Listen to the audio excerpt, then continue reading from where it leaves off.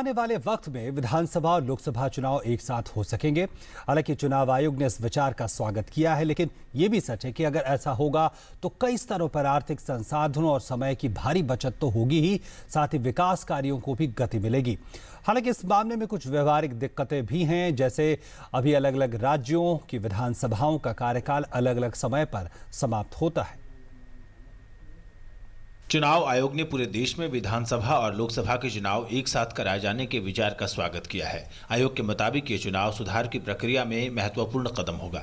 दिल्ली में समावेशी, सूचित तथा नैतिक सहभागिता हेतु मतदाता शिक्षा पर अंतर्राष्ट्रीय सम्मेलन से इतर पत्रकारों से बातचीत में मुख्य चुनाव आयुक्त डॉक्टर नसीम जैदी ने कहा कि अगर सभी पार्टियां एक साथ होकर फैसला लेती हैं तो चुनाव आयोग अपने कुछ सुझावों के साथ देश भर में चुनाव कराने को तैयार है। चुनाव आयोग ने ये पार्लियामेंट्री पैनल के सामने भी और लॉ मिनिस्ट्री को भी अपने व्यूज में कह दिया है कि यदि सारी पॉलिटिकल पार्टीज एक मत होकर के जो भी कॉन्स्टिट्यूशन में नेसेसरी अमेंडमेंट्स हैं उनको करेंगे तो हमारे ये इलेक्शन कमीशन कुछ एडिशनल सजेशंस के साथ, जैसे ईवीएम की मशीनें लेनी हैं, कुछ और थोड़े से प्रबंध करने होंगे तो हम करा पाएंगे अगर कॉन्स्टिट्यूशन में सारी पार्टी सहमत होकर के संशोधन करेंगे।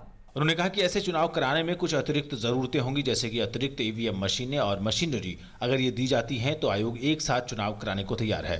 गौरतलब है कि प्रधानमंत्री नरेंद्र मोदी कई मौकों पर चुनावों में पैसे और समय की बचत के लिए पूरे देश में एक साथ लोकसभा और विधानसभा का चुनाव कराने का विचार रख चुके हैं। उन्होंने कहा था कि पंचायत, शहरी निकायों, राज्यों और लोकसभा के चुनाव एक साथ कराए जाएं।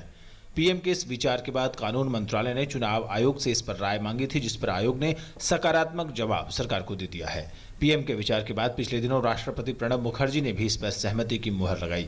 चुनाव के जानकार भी मानते हैं कि देश के सारे चुनाव एक साथ होने चाहिए। साइमल्टेनियस इलेक्शन का मतलब होता है कि एक ही वोटर ने बार बार न जाना पड़े। वही वोटर लोकसभा के लिए भी जाता है, विधानसभा के लिए भी जाता है और पंचायत के लिए भी जाता है।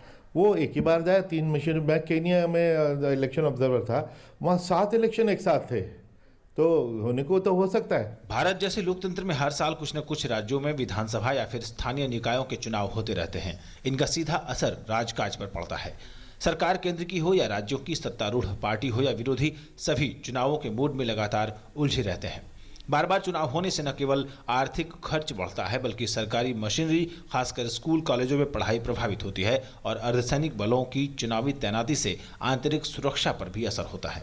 सभी विधानसभाओं और लोकसभा के चुनाव एक साथ हों, यह चुनाव सुधार प्रणाली में एक बहुत बड़ा कदम होगा और चुनाव आयोग इस मामले में अपनी सहमति भी जता चुका है। अब बात आगे बढ़ाने के लिए राजनीतिक दलों को आगे आना होगा और इस पर आम सहमति बनानी होगी। यही वजह है कि तमाम राजनीतिक पार्टियां और सरकार के साथ ही चुनाव आयोग भी इस पर सहमत नजर आ रहा है। हालांकि इस मामले में कुछ व्यावहारिक दिक्कतें भी हैं, जैसे अभी अलग अलग राज्यों की विधानसभाओं का कार्यकाल अलग अलग समय पर समाप्त हो रहा है। ऐसे में सबका कार्यकाल एक साथ समाप्त कर चुनाव कराने में थोड़ी दिक्कतें आएंगी। दरअसल आज़ादी के बाद कई वर्षों तक चुनाव एक साथ होते रहे थे। हालांकि बाद में इस व्यवस्था में बदलाव हो गया, लेकिन अब जिस तरह से इस पर बात आगे बढ़ रही है, उससे इस प्रस्ताव के कुछ सालों में अमल में आने के आसार बढ़ रहे हैं। दिल्ली से ऋषि कुमार के साथ न्यूज़ 9 डेस्क, डीडी न्यूज़।